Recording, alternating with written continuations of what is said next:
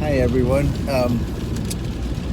So I thought of a story today. I was in a training class, and I don't know why I forget. There was something that was said during the training class that reminded me of this, and I just wanted to share. But also, I wanted to say too that I watched Gussie's dance video today, the one that she did in the wilderness with no animals, and I thought it was great. I loved it. Every second of it. It was really, really well done. So good for you, Gussie. Okay, now back to my story. So when I was in college, after my sophomore year, I took one summer. No, that's not true. It was after my freshman year. I took some Army ROTC classes during the summer. No, it was after my sophomore year. Anyway. So I took these ROTC classes partly because you could use them to get credit toward your general education. I think it was toward your social studies and or your history requirements.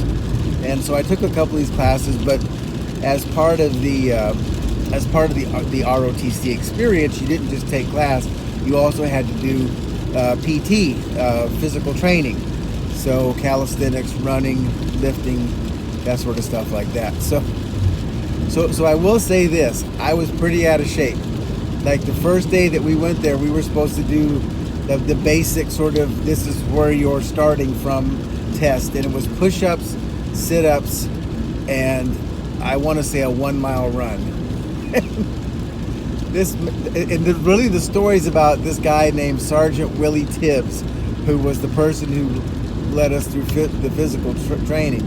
But anyway, I think I got done with I did the push-ups, I did the sit-ups, and he just looked at me and said, we're not even going to do the running, because I don't think you can. I was, like I said, I was pretty out of shape. I mean, thank goodness I was 19, so it's it's much easier to get in shape when you're 19.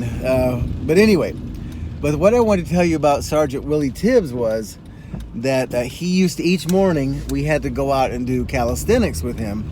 And calisthenics is basically a group exercise that's led by somebody else, and you count 1, 2, 3, 1, whatever. I don't know. Say it's jumping jacks.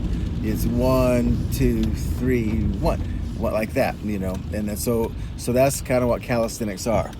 And but the thing about this guy Willie Tibbs was he was African American, and I only tell you that because I don't know, it was just part of the whole thing.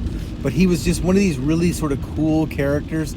Like everything he did was just sort of cool, and like he probably could have been a jazz musician or something like that. I don't know, he just had this vibe.